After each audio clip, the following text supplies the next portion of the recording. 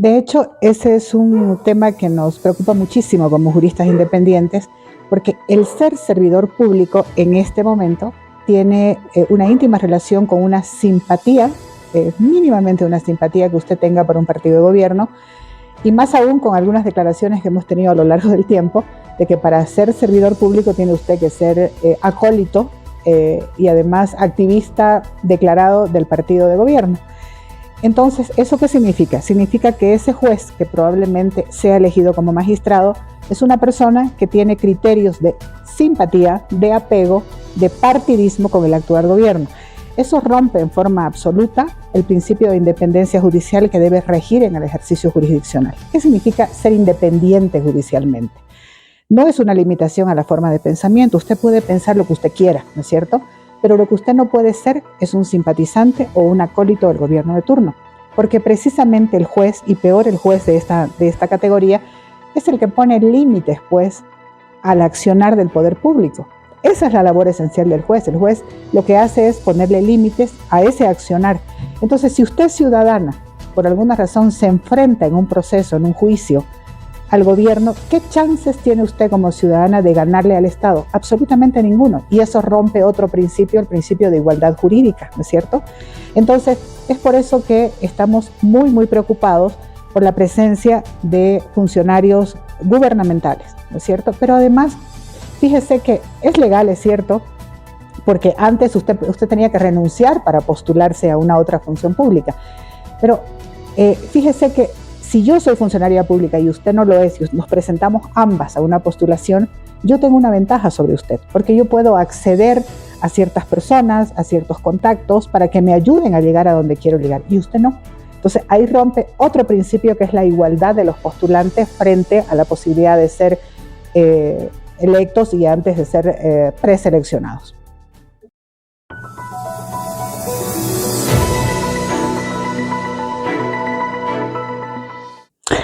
Lo que pasa es que al momento de que sale la convocatoria, o sea, cuando usted se decide presentarse a una convocatoria de esta naturaleza, tiene que haber inicialmente dos principios básicos: el de confianza en el proceso y el de certeza, ¿no es cierto? Es decir, la confianza medida en el sentido de que usted va a ser medida, evaluada en términos legales, en términos óptimos, en términos de probidad. Y el tema de certeza es de que usted, en base a sus méritos profesionales, usted va a estar en condiciones igualitarias con los otros postulantes. Estos dos principios se rompen, ¿no es cierto?, con la presencia de esta gente. Pero probablemente no sea culpa de quienes están evaluando, porque de hecho seguramente no tienen un argumento legal para sacarlos del proceso. Pero ahí hay que invocar también la decencia de la gente, ¿no es cierto? Si yo soy funcionaria pública y voy a optar a otro cargo, especialmente de este nivel, obviamente tengo que tener claro de que tengo que dejar la función pública actual el que estoy desempeñando para poder irme a luchar con los otros postulantes en condiciones igualitarias. Entonces, ellos saben que tienen una ventaja. Y ese es un tema que hay que evaluarlo con precisión, ¿no es cierto? Ahora, el tema de fondo que finalmente se va a decidir acá, y hay que dejar de ser ingenuos, es el tema de la inhabilitación del señor Evo Morales. Ese es el tema de fondo, eso es lo que está en juego en esto. Por eso la autoprórroga, por eso la prórroga, por eso la paralización del país, las amenazas. Porque, a ver, dígame, seamos honestos. En estos 20 años, ¿a quién le ha importado la independencia judicial? ¿Desde cuándo nos vienen con el discurso de que vamos a parar el país para que haya independencia judicial? O sea, ya no es cierto, ese cuento no es creíble. Entonces, yo creo que el meollo de todo esto es precisamente eso, lo que va a venir después cuando estén en funciones.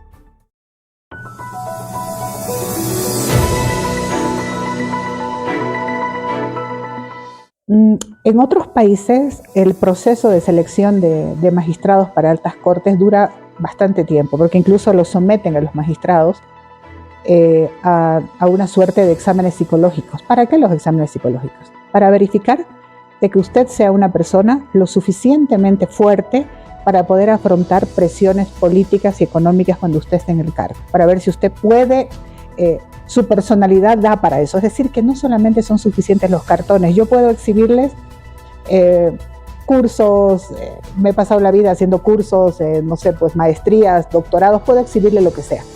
Pero en estos cargos no es suficiente la titulación. ni la formación. Tiene que haber un otro elemento que se llama probidad. ¿Qué es ser probo? Es ser decente, es ser honesto, es tener un reconocimiento de la comunidad de esas características personales. Yo sé que es muy difícil medir esas características personales, pero usted las puede advertir, por ejemplo, en una entrevista. Por eso es que en Estados Unidos, por ejemplo, el sistema, cuando se va a elegir a un magistrado, usted ve en la televisión procesos larguísimos de entrevistas donde averiguan absolutamente toda su vida. Le preguntan sobre temas concretos, qué opina sobre el aborto, qué opina sobre tal cosa, porque necesitan una persona que tenga la suficiente objetividad de evaluar todos esos criterios sin su carga personal. O sea, no es que le estemos pidiendo que la gente no tenga carga personal. Uno tiene una carga personal. Usted tiene su religión, sus creencias, su historia de vida, etcétera, etcétera. Uno la lleva consigo. Pero al momento de desempeñar un cargo como este, usted tiene la obligación de despojarse de toda esa carga. Y ahí también van las posibles simpatías políticas que uno pueda tener.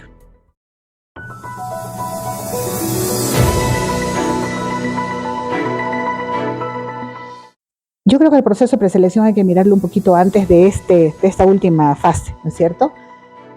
Han habido muchísimos tropiezos, ¿no? Primero, la paralización del proceso. Segundo, la primera ley que fue impugnada, donde, por ejemplo, no se incluían las entrevistas, no se incluía una serie de herramientas que son precisamente para eso, ¿no es cierto? Usted la idoneidad la mide por los cartones y las acreditaciones, pero la probidad no la puede medir en los cartones. La probidad uno la mide face to face, ¿no? Entonces eso generó ya un proceso de desconfianza, críticas, etc.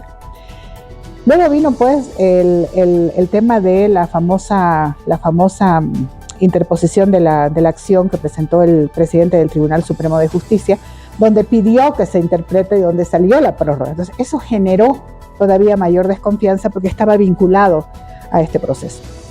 El proceso de preselección también genera ciertas desconfianzas, y se lo digo porque así lo veo yo. Por ejemplo, cuando el ministro Lima declara y dice no se van a llevar a cabo las elecciones judiciales. O sea, o tiene una bolita de cristal, o el ministro Lima está interviniendo en la esfera privativa de otro poder que está actuando en este momento en el proceso de preselección. Entonces, todo eso te genera una suerte de desconfianza ciudadana, ¿no? Yo me imagino que los postulantes, los decentes, los honestos, los que están en una carrera honesta en este proceso, deben estar también con una sensación de poca certeza. Entonces, bueno, ahora viene la votación otro elemento que es importante destacar es la categoría que se le ha dado en la ley a las veedurías locales.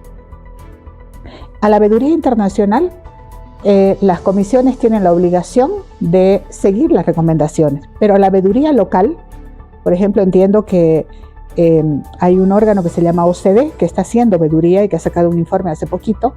A esa veeduría solamente se lee en plenario. Entonces, ese, por ejemplo, es otro elemento importante. La veeduría local es la que está aquí en el país, cerca, viendo el proceso de cerca, viendo los papeles del proceso. Y esa veeduría no tiene el mismo rango que la veeduría internacional. Entonces, todo eso te genera un cierto proceso de descontento, de desconfianza y de escasa certeza en la preselección. Si lo vemos numéricamente, hay un buen número, ¿no es cierto? Hay un buen número de gente por la que uno va a poder votar. Ahora, el reto ahora es, veremos cómo se comporta la asamblea en pleno, ¿no es cierto? Porque va a tener que votar ahora. Entonces veremos si de ese 60% que usted mencionaba de funcionarios gubernamentales, veremos cuántos son votados. Ojalá, esperemos, que no sea una cantidad que te genere mayor dudas del proceso. Ahí ya las comisiones y quienes están ahorita en el proceso preseleccionador no tienen gran injerencia porque de hecho va a votar el pleno. Pero hay que ver cuáles resultan las listas finales, pero viene otro reto adicional y es que los ciudadanos y las ciudadanas tengamos la información necesaria para poder saber quiénes son esos postulantes, porque si sucede lo mismo que las dos elecciones anteriores, usted va a tener un 65% de votos blancos, inválidos y nulos, que va a generar una ausencia de ilegitimidad. Ahora, otra pregunta que yo hago, y esa la hago de manera personal a quienes se han presentado a la postulación. Por ejemplo, el señor Molina, que hemos escuchado un audio no hace mucho, donde él estaba ofertando cargos en el órgano judicial gracias a un espacio coyuntural laboral que él tenía. a ver, por ética, por decencia personal, existiendo semejante antecedente, no debería presentarse. Si soy funcionaria gubernamental de alto nivel, con simpatías declaradas públicas por el gobierno, no debería presentarme, porque sabemos que eso destroza la independencia judicial. Entonces también tiene que ver un poco con ciertos niveles de ética personal y de decencia personal. Si usted me preguntara por qué los juristas independientes no se presentaron, porque podíamos hacerlo. ¿Por qué? Porque nosotros en el proceso de recolección de firmas hemos afirmado una y otra vez públicamente que creíamos que tal como está diseñado el proceso de preselección y la propia elección popular no es la más idónea. Entonces de repente cambiamos nuestra posición para presentarnos para optar a una pega judicial. No es ético, ¿verdad? Entonces yo creo que uno en la vida tiene que mantener ciertos principios éticos de conducta personal. Y creo que aquí, en estos casos especiales, está faltando ese tema.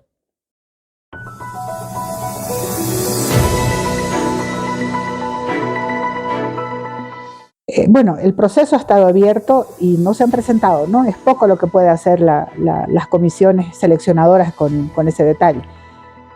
En el tema de presencia indígena creo que va a haber problemas porque en el Tribunal Constitucional, aunque no se exige que sea persona indígena originaria campesina, pero hay una sala que es la que define los temas de conflictos de competencia que se tienen con la justicia indígena originaria campesina, y en esa sala se necesitan especialistas en justicia indígena originaria campesina, que no hay muchos.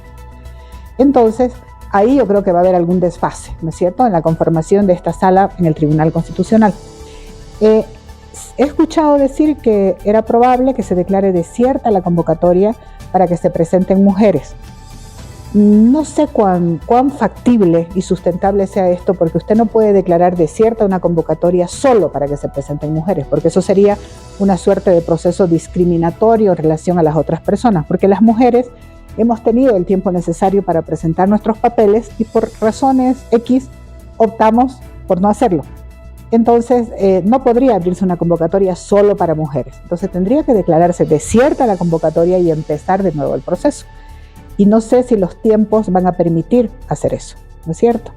Entonces creo que la Asamblea, se mencionó unos días que se iba a hacer eso y después creo que la idea se diluyó. Entonces pareciera que de repente es un tema que van a tener que decidir, pero tenemos que ver las listas finales, que me imagino que ya están por salir o ya salieron, no lo sé, para ver quiénes son los preseleccionados en esta etapa, y habrá que ver la votación en la Asamblea Legislativa Plurinacional. Ahí usted va a tener una mirada clarísima, porque usted va a ver si hay componenda política, ¿no es cierto? O si hay digamos, una heterogeneidad de postulantes que vayan a la fase de elección popular.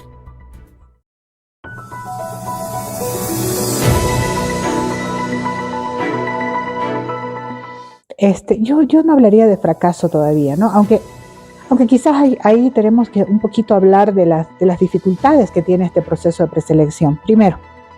Pero no podemos hacer nada para cambiarlo ahora. Primero, el tema de que la preselección esté en manos de un órgano de naturaleza político-partidaria ya es un defecto de entrada, ¿no es cierto? Y no es malo que la Asamblea Legislativa tenga criterios ideológicos partidarios, porque finalmente su representación esencial es político-partidaria, no es malo. El problema es que cuando estas personas que actúan políticamente hacen preselección, obviamente los criterios político-partidarios salen, pues, ¿no? El gato no piensa como perro, piensa como gato, ¿no es cierto? Así nomás es.